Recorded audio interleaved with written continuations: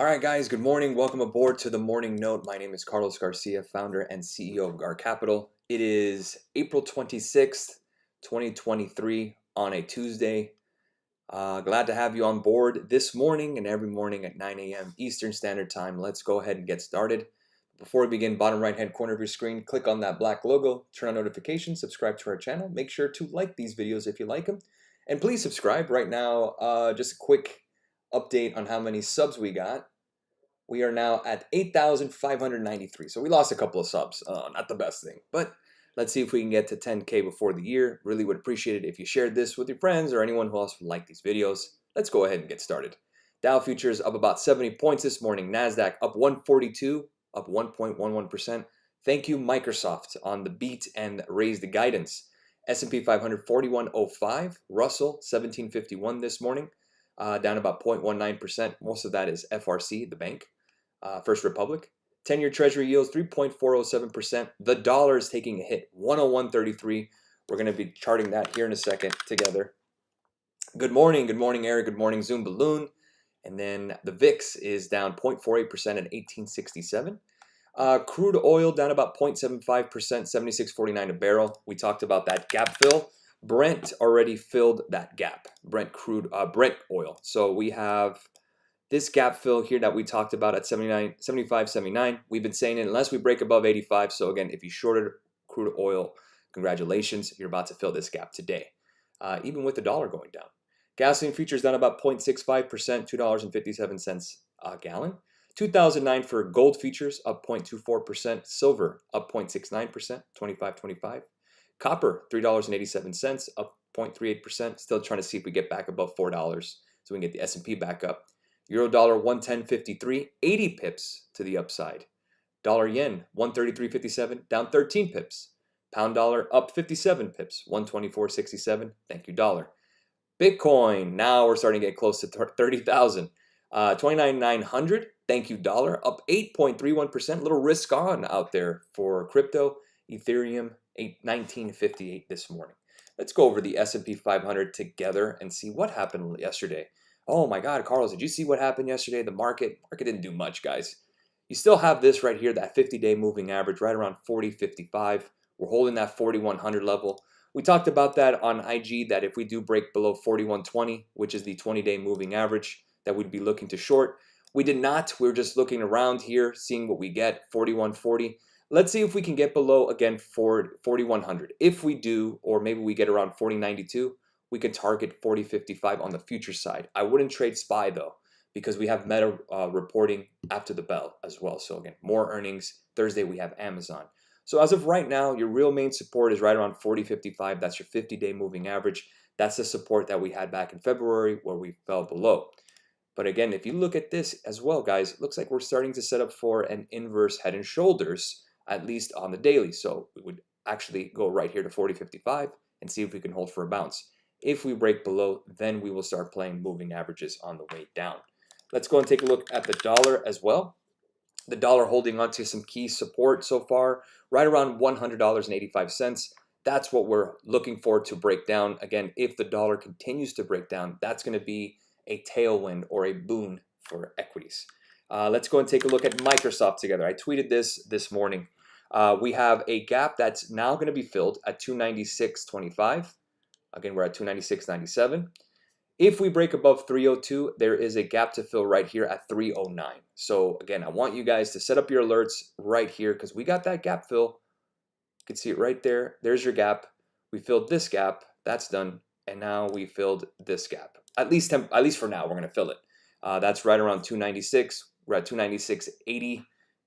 More than likely, we'll probably get around that area. But again, I'll keep an eye on Microsoft if we break above 302.86. If we have more downside room, maybe it's a sell the news event. We want to see 285.39. That's your 20-day. And then we could see if we can fill this here. Now, granted, we may have a gap to fill on the daily as well as we're getting a big pop from 275 to 296. So again, we know the drill. If we start breaking down a little bit, then we can start seeing about shorting. If not, if we break above 302.86, we'll see what's good about a call from there. Let's take a look at Google. Google is pretty much flat, green, obviously, but flat-ish. It is above the, well, slightly above the 20. Need to get above 108.78 to get to 110.81.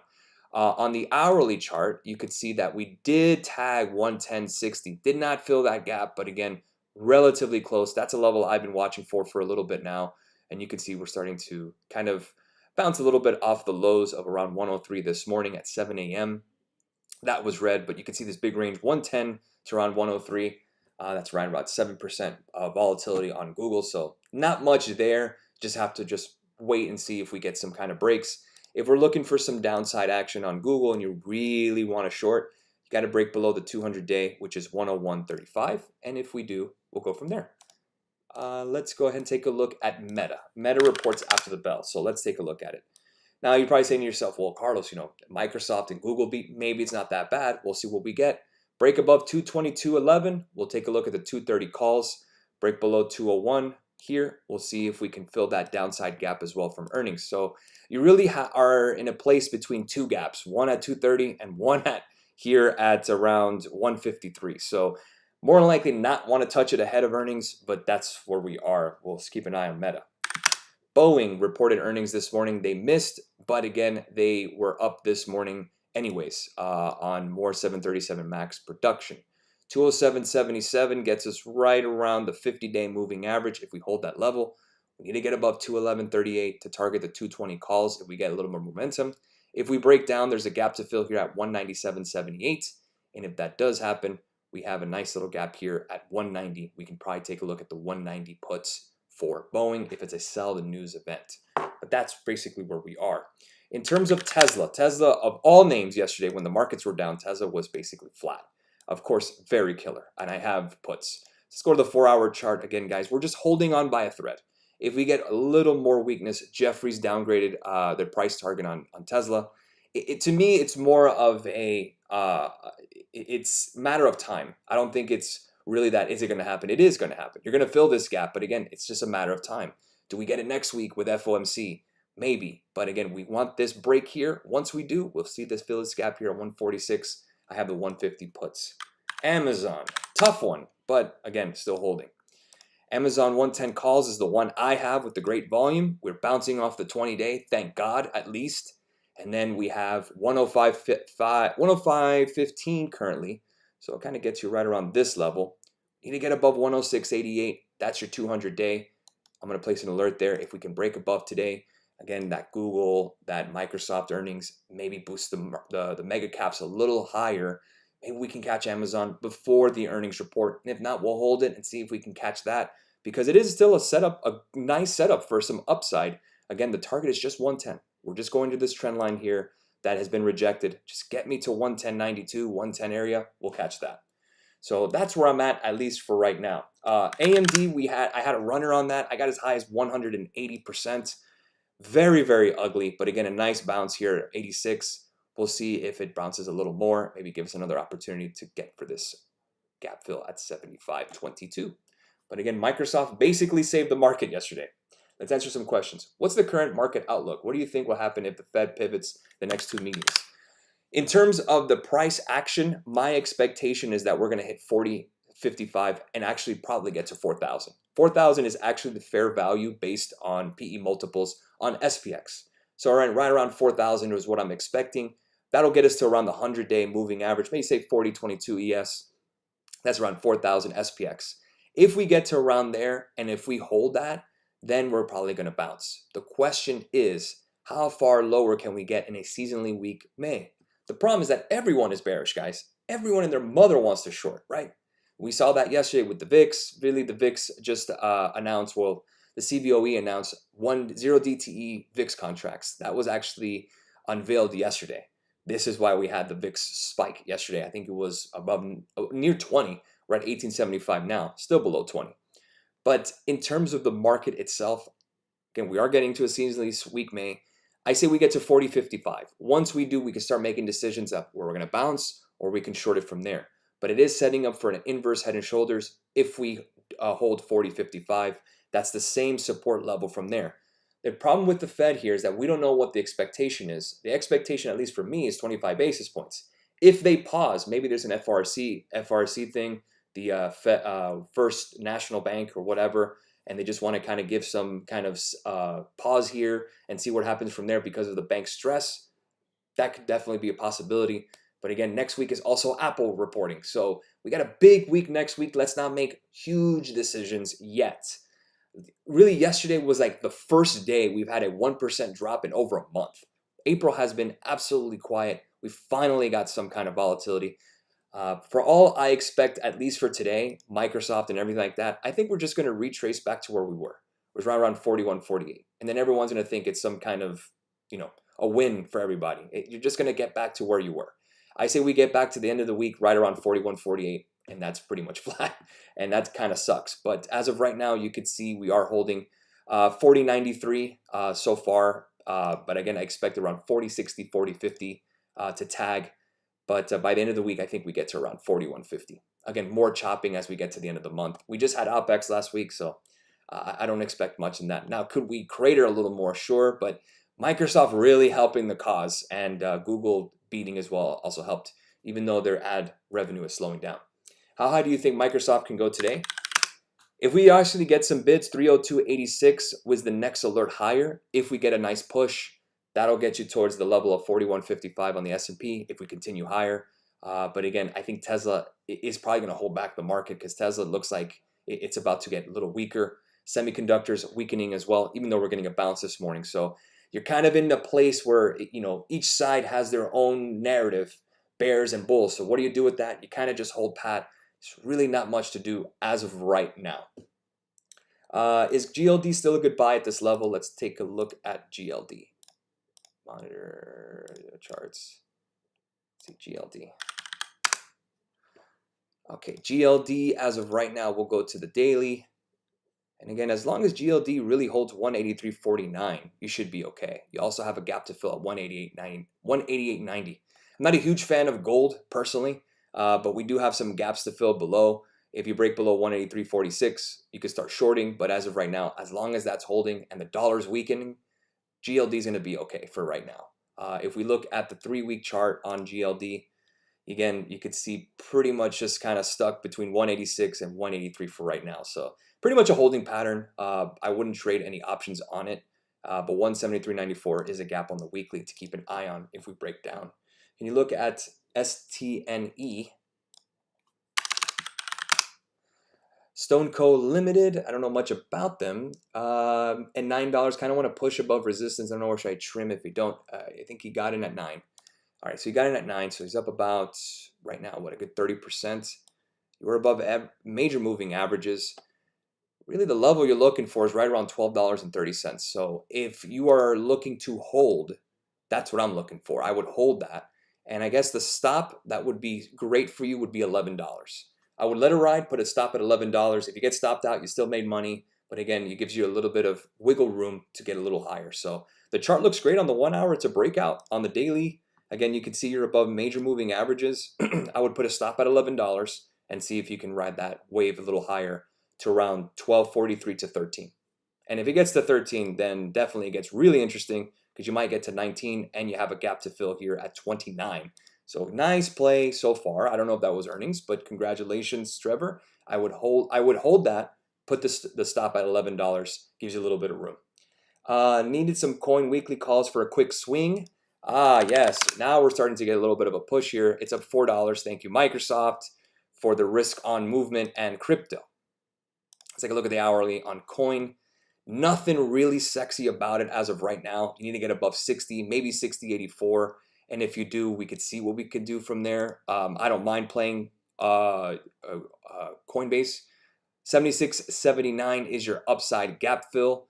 So let's place an alert above 64 because that's the 20-day moving average on the daily. That'll give us our momentum indicator. We're still just kind of hovering on the 100-day moving average. But let's get above the 21st, and then we can see if we can play this gap fill to 76, play the 70 calls if anything. Thoughts on Amazon earnings? I have Amazon calls. I think Amazon, in terms of the stock itself, will do well. I don't know about their earnings. I know I'm not in that. I'm not in their board of directors. 109.95 is my alert. I have the 110 calls. Tons of volume on those.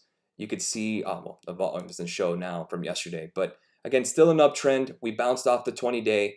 I think that Amazon does move a little higher, and I think it'll give us a nice little bow to end the month, with Amazon being a good setup for an upside target of around 110, and that's the strike. Thoughts on ETHV? ETH, if you're talking about actual Ethereum, I'll go by the future side. We're above the 20 on the daily. Very, very good sign. We have a gap to fill at 26.22. What you want to get is to stay above 2,000. So let's place an alert at 21.52. If 21.52 breaks, that's where you're going next. 26.26, and that'd probably be a good place to start. Maybe buying a little bit extra Ethereum to ride that wave, and then you can cut here if you like. If we get to 26.26, that'll get you to a level not seen really since March 2022. Wow. So again, we talked about that gap fill with Bitcoin at 35,000. Very, very similar, guys, price action. We want to get above 31,680. Again, I have my alerts. We could possibly play futures, maybe some micros on those, and or you could just buy some extra Ethereum or Bitcoin. I buy some every week. I'm short MNQ. What do you think? Okay, MNQ, this is NASDAQ futures. I don't know your entry. I don't know if you're red. I don't know if you got it this morning. But again, in terms of the actual chart itself, take a look at this, guys. We still need to get above here, which is 13,722. That's your August highs. We rejected 13,300 or so. We're below the 20-day. So again, I'm not against NASDAQ being a little more downside to 12,687. The problem is that you have earnings. So again, if you're willing to hold it until 12,781, fine. But you're going to have to place your stop right around 12.3 if that's the case. But that's a really wide range for NASDAQ futures. But you could see that we are getting some lower highs and lower lows. 12,634 is the March lows. We got to 12,800. In terms of the month, you can see we need to get to around 13,000 for us to be green for the month in terms of NASDAQ. Could we get there by the end of the month? Yes. I don't think MNQ here is worth a shot yet. You might just get chopped a little bit, but again, May is seasonally weak. You can hold that if you want, if you're willing to swing it. Have a great day, Trevor. Thank you. Thank you for the question. Let's see if there is any other questions here. I think that's it. All right, guys. Thanks so much for your questions. This was a great morning note. Let's make it a really great trading Wednesday. It is only Wednesday. It feels like a Thursday. I think I'm just ahead of the game mentally in that sense. So I do have Amazon. I do have Tesla. Let's see where we get from there and see if we get a little push. Keep an eye on that dollar. We need to break 182. Let's keep an eye on the VIX as well. Why? Because we have a gap to fill below, guys. The VIX has a gap at 1690. If that does hit, guess where we're going to go on the S&P? Right around 41.55, which would be just a complete retrace of what we had yesterday. Just choppy. More choppy. Yes, NFL draft tomorrow. My Cowboys, let's see who they pick. Can't wait. And we also have the Knicks and the Cavs tonight. And we also have the Heat and the Bucks and the Lakers and the Grizzlies. Great NBA slate. Can't wait to watch it. We'll cross that bridge when we get there after the bell. Have a great rest of your morning. I will see you guys tomorrow for the morning note. Thank you guys again for joining me this morning and every morning. It's a pleasure to answer your questions and to talk about the market with you guys. I'm extremely humbled. Thank you so much for following. Appreciate you guys. We'll see you guys tomorrow. Cheers.